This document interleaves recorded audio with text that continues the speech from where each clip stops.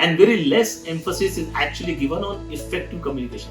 There's a difference between communication and effective communication. And effective communication is not only about choosing the right word or framing the sentences or comprehension. It actually is a thought process in terms of what to communicate, how to communicate, and how precisely that needs to communicate it, so that the person whom you are communicating not only understands that, but you generate enough amount of curiosity in the mind of a person and they are engaged all the time while you are communicating. Hi, this is Sushil Mungekar. In last 20 years of my career, working as a professional in corporates or working as an entrepreneur on my own startups, and then again coming back into the education system and working on nurturing entrepreneur mindset among children, I realized one thing, that our current education system needs a definite, immediate and a constructive change. This channel is mere an opportunity to connect a parent in me with a parent in you. Hey, welcome back to the 11th episode of my masterclass on 12 essential tools we must teach our students and our kids before they finish their schooling. Remember our stated position? We said that all of us want our children to create value for themselves, and the best way to create the value is by creating value for others. In last 10 episodes, we spoke about multiple tools that children can use, right from problem solving to creative thinking to entrepreneur mindset to empathy and to understanding how to build a social capital. Today we are going to go to another important aspect of life skills, and that's communication. So if you have missed on any of the episodes, please go back to the link which is given in the description and catch up with all those tools, because those are extremely essential. Having said that, let's jump into the 11th tool that we are going to talk about. Just as any other video, I'm going to break this video again in 4 sections. I'm going to contextualize it in the first section. Then I'm going to talk about this tool. In the third section, we'll talk about how this tool can be used by kids effectively. And then in the fourth section, we are going to summarize benefits of using this tool for children. So let's go. Today I'm going to talk about communication. And not only communication, I'm going to talk about effective communication. And therefore the tool I picked up for effective communication is elevator pitch. You pick up any literature on 21st century life skills and you'll find out communication occupying one of the major seats besides collaboration, creative thinking and critical thinking. And that is why communication becomes very important. Unfortunately, in the current education system, communication is only understood to the extent of learning languages, learning vocabulary, and then more in terms of written communication, which we do in the examination. And very less emphasis is actually given on effective communication. There's a difference between communication and effective communication. And effective communication is not only about choosing the right word or framing the sentences or comprehension. It actually is a thought process in terms of what to communicate, how to communicate, and how precisely that needs to communicate it, so that the person whom you are communicating not only understands that, but you generate enough amount of curiosity in the mind of a person and they are engaged all the time while you are communicating. It therefore helps you in terms of one-on-one communication, one-to-many communication, and right up to even public speaking. So let's understand the tool which I have picked up, which is elevator pitch, how that really works in terms of making your communication more and more effective. Elevator pitch, just as name suggests, has to do something with elevator. If you are caught up with any stranger in an elevator and you start the conversation, by the time you get out of that elevator, which is probably a 30-second or a 1 minute, how effectively you can communicate with that person so that by the time he gets out or she gets out of that elevator, they are more interested in knowing more about what you were talking about or what you actually do or what exactly you were communicating. If you can generate enough amount of curiosity in the mind of a person who is listening that, then you are successful in terms of building that elevator pitch. I in fact learned elevator pitch far late in my life. In my first 12 years of corporate life, I was not aware of elevator pitch. Can you believe that? Because we were more focused in terms of making longer and longer presentations, PowerPoints, and explaining our concept and laboring on what exactly we wanted to say. But when I actually came in the startup ecosystem where elevator pitch is a buzzword, I realized that it's not about how lengthy you can make your presentations. It's about how effectively you can communicate in lesser amount of time, but as effective to generate a curiosity in the mind of a person whom you are communicating, especially when you are pitching it for the investor or an advisor. How you can generate that curiosity in the mind is something which is important, and that's why the effectiveness comes into this picture. A great elevator pitch has 4 components. Number 1, it is precise. It can be minimum of 30 seconds, maximum up to 1 minute. If you can summarize whatever you want to say in just 1 minute, that is a powerful way of communication. Number 2, it should have a hook. In first 4, 5, 6 seconds, if you can generate that enough curiosity in the mind of a person who is listening, then probably they are going to listen to the entire stuff that you are going to speak. If you put them off in the first 5, 6 seconds, then probably they are not going to listen to what you are saying and they'll just nod their head. Number 3, it should clearly state the purpose of what you are saying.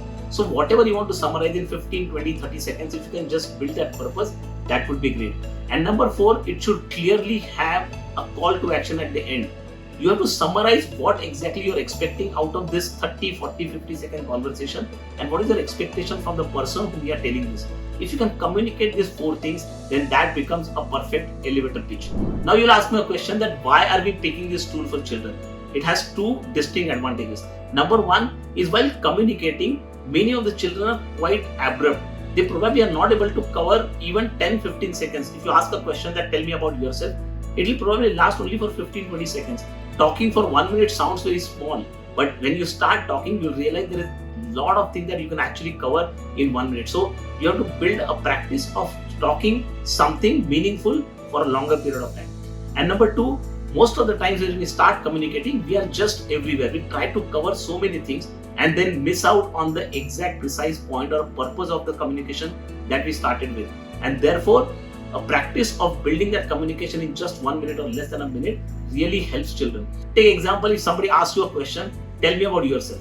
Now you should have an elevator pitch of yourself, what all things you are going to cover in that 1 minute. You might have great things to talk about and probably will take 5 minutes. Can you cut that down precisely in just 1 minute and make it as effective as possible for a person so that he or she is extremely curious to know something more about you, and then you can talk about additional things. Let me pick up this example of my recent experiment of plastic eradication from my colony. Hey, my name is Sushil and I'm extremely concerned about environment, particularly the impact of use of plastic on environment, and therefore we have decided as a group that we should eradicate plastic from our colony. On every Sunday we get together and collect the plastic waste from all around the colony and then dispose it off with the municipal help. And if anybody who is interested among you to actually help me in this, please come forward and help me. Now that is how I have communicated. Has that made any impact on you? It's a plain simple way of me communicating. I tried to do my best, but this probably has not made an impact on you. Now let's understand how this can be really built into a 1 minute elevator pitch. So instead of this, if I say, hey, my name is Sushil and I'm a passionate environmental advocate. I have been working on the project to reduce plastic waste in our community through organizing recycle drives on Sundays and educational local businesses.